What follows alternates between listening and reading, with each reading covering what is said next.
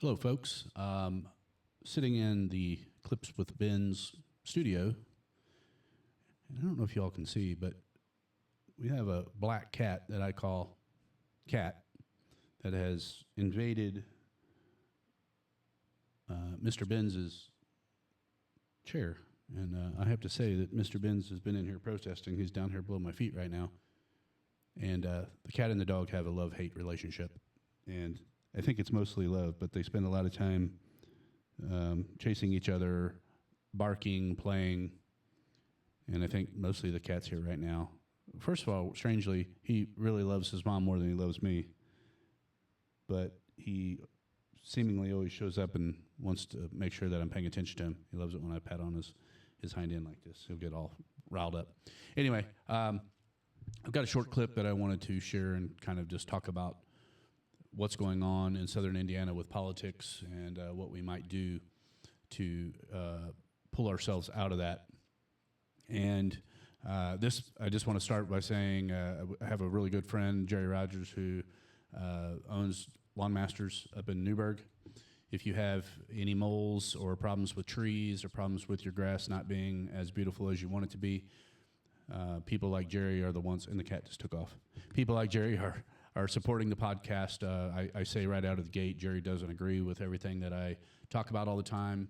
He doesn't necessarily agree on this topic with what I'm about to talk about, but what he wants is open dialogue and conversations needed to drive our local community here in southern Indiana into a better spot than what we are right now.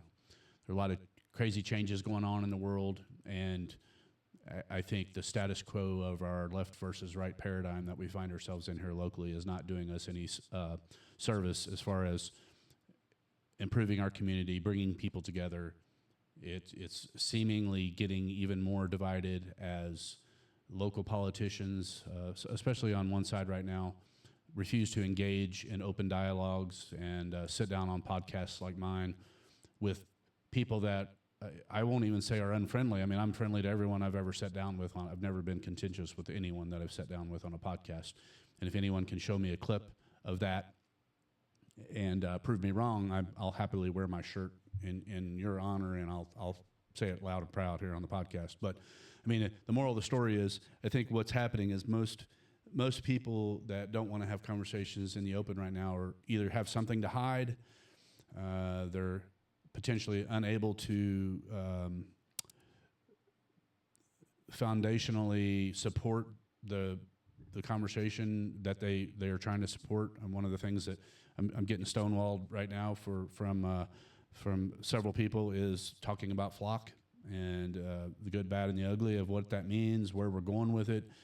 Our local law enforcement is pushing the program onto our communities without any real open dialogue, without any hearing concerns about where the creeping technology might be going. It's overlapped with data centers and that. But, you know, at the end of the day, what we absolutely must have is open dialogue and conversation.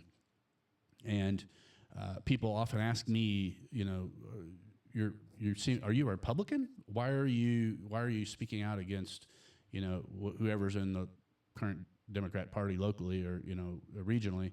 And I said, well, you know, I'm not against anybody, but what I am absolutely requesting and demanding is to have open conversation. And you know, our elected officials who mandated their own pay raises are, you know, need to be accountable to the people, not just the people that agree with everything that they have to say. And so, you know, in that, I think what I want to do in this clip is to listen to it. And, you know, you may or may not agree with Brett Weinstein, which is the gentleman in this clip. It's the Dark Horse podcast. I find a lot of value in it. I hope you do too. This clip is especially pointed, and I want to let you listen to it right now, and then we can kind of get into why I think it's important and, you know, talk about the nuance of it. I don't draw a huge distinction between a progressive, a leftist, a liberal. I would say a classical liberal is really a conservative. A classical liberal is conserving the gains of past liberals. I am that, but I am beyond that also an honest to goodness progressive liberal, and I'll tell you why. I think we are in a terrible crisis as a result of the fact that, as brilliant as our founders were, they couldn't have understood the world we live in. Right? The world we live in has marched on for many reasons, having to do with new geopolitical realities, having to do with technological realities. We don't have the wisdom for this. It's not in our Bibles. It's not in our Constitution. We got a problem. And so my argument would be the following thing. My liberal fellows fail reliably on the following count. They do not understand that they have ideas about how to make the world better, but that they are inherently intervening in a complex system. And when you intervene in a complex system, it is literally impossible to predict the outcome with any precision. Unintended consequences are guaranteed. So, you should be very cautious when you are intervening in a complex system to make sure that A, it really does do the thing that you wanted it to do, and B, that the net effect is still positive in light of all of the things you didn't see coming that also flowed from the policy that you instituted. So I have terrible trepidation about change. The more radical the change, the more dangerous. However, I'm even a radical because I don't think anything short of radical change is going to save us. I think our crisis is too severe. And so what we need are hard-headed people to look at the problems we actually face, to make the highest quality guesses as to what might lead us in the right direction with respect to addressing these problems, and then to pay ruthless attention to what actually happened as a result of the changes that we made rather than what we thought was going to happen or argued was going to happen. Yeah. Right? Only this way. We can't blueprint our way out of this puzzle. We certainly can't conserve our way out of this puzzle. That's the reason I'm not a conservative. I don't draw. All right. I think that's a really pointed point to make here. I used to consider myself a quote-unquote conservative, but I have to agree with Brett, who I think was more of a radical liberal at one point, and now he considers himself a classic liberal, which is more where I align. And in that, I am working on why are we, what is a liberal now? What is a conservative today? Well, a conservative to me is conserving fundamental principles. And the problem I think that Brett lays out here is we've so radically jumped from one side of a political ideology and spectrum into so rapidly into another that going slow and conserving something that has been radically changed so rapidly will be ineffective. You if you just try to, if you've gone rapidly towards an iceberg and you want to conservatively, slowly move away from it, but you're too close to avoid it unless you rapidly change direction. I kind of feel that's where we are in our current times. And even here in southern Indiana, I feel like the rapid change of things that have happened nationally are affecting us so harshly locally that we don't really understand how to handle it. And so I really appreciate the fact that, if we're talking about conserving where we are, we're not in a great space right now, locally, at any levels, southern Indiana. I mean, I guess the people that live in rural pockets who are isolated from things and don't pay attention to social media and don't have roads that are deteriorating out from under them, in the city that they live in. I mean, Evansville, every direction that I go, I'm avoiding potholes and wondering if and when any of these things are ever going to get fixed. Here, and I know like energy prices are stupid all over southern Indiana. Because we have a monopoly in place with CenterPoint, and what can we really do about that if we're conservative about how we approach energy? So I am very radical as opposed to, what are we going to do to solve our energy crisis? And I'm happy to have conversations with people that are very pro solar or wind. I can point to countless clips of experts in energy that will say there's no way that we can put enough solar panels and wind up to feed our current energy needs, let alone as we're bringing in AI data centers that are more and more hungry for energy. Those things are coming, and I think I'm all for jumping on board and having, going to these public meetings and, in different counties around us. Posey County's done a great job. Warwick County, I think, is doing a great job. Shout out to all those people. But at the end of the day, they're going to find ways to insert these things. And we, the people, are a little bit at fault of that because we haven't had honest conversations like I'm trying to have here with people. And we haven't been engaged in the public meetings like we have of people showing up about the data centers until now. Now we are. We're a little late to the game, but what I want to do is, keep that energy moving towards actually solving problems in the future. Like maybe we can't get everything we want in this data center conversation, but what we've done is proven that we are willing to come out. We're willing to have these conversations. We're willing to sit down with people that we don't agree with on every topic to talk about the certain topics that are super important to us. Data centers are very important to me.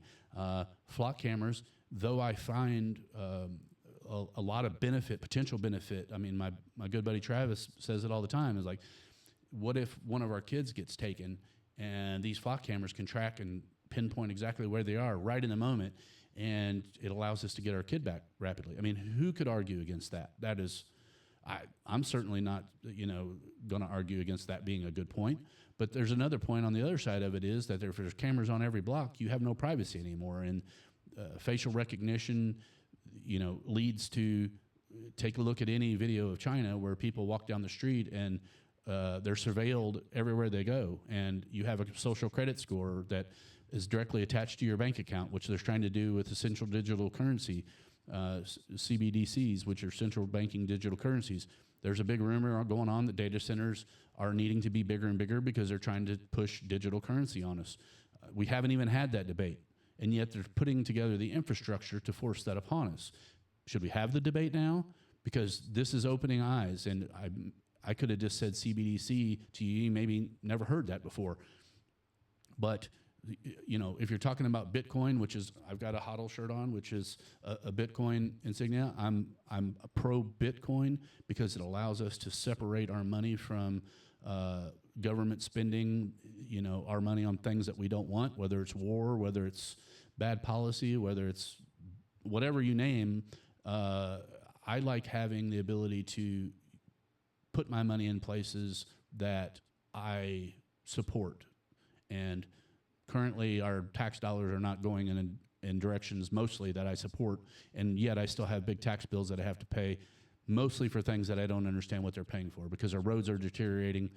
I pay for the internet. I pay for food. I pay for everything. I pay for water. You're not giving me that for free.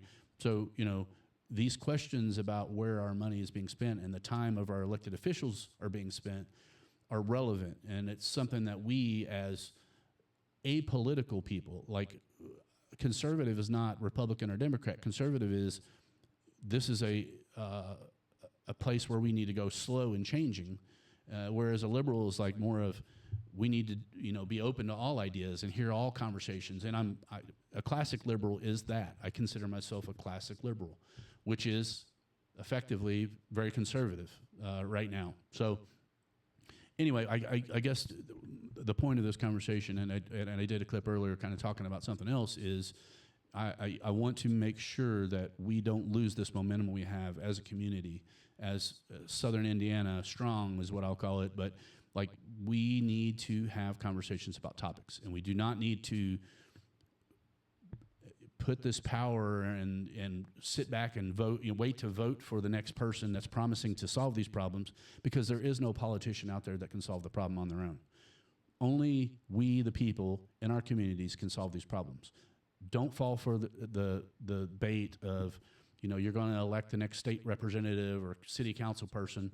I mean, we're dominated by Democrats here in southern Indiana. We've been Democrat led for most of the last 3 decades, and yet, local Democrats are running on, we have a Republican governor, and this state level person is causing us problems down here in southern Indiana. No, you can't come onto any podcast and with someone with facts in their pocket and say that that's the problem. Like, we in this area can solve a lot of our own problems without looking up north to whatever governor of the day is or whatever our state house. I mean, there are things that we should look to our governor to. There are things that we should look to our state reps to. Absolutely, yes. We should put power on them. We should put pressure on them to bring the things to our communities that we need. But we, the people, have to arrange that. We can't, wait on the next politician to promise things, and they're going to go up there and get swayed by money and whatever, and then here we are sitting back at square one. We have to get involved. So thanks for sitting in. This conversation went on a lot longer than I thought it would. It's about 16 minutes. I want to thank Uncle Jerry Rogers up at Lawn Masters again. If you are enjoying this type of content and you want to hear more of it, please reach out to me on Facebook, X. You can find my website, United Divided.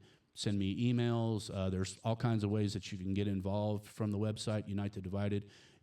The site is not completed. It is still in development, but there are forms that you can fill out and get in touch with me and the team. But another way that you can support me is by supporting the people who support this program. Again, Jerry Rogers up at Lawn Masters is a fantastic dude. He came to me and offered support. I didn't come to him. And he writes me checks every month, and he says, I don't want to influence what you're talking about. I just know we need more conversations. We need more Jerrys. Thanks again, Uncle Jerry. And that's all for this podcast episode. Again, if you want to see more, please like, share, comment. And if you want to get involved, go to the website, uniteddivided.com.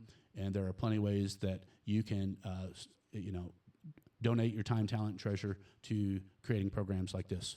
Love you all. I appreciate it. And I look forward to talking again soon. Thanks.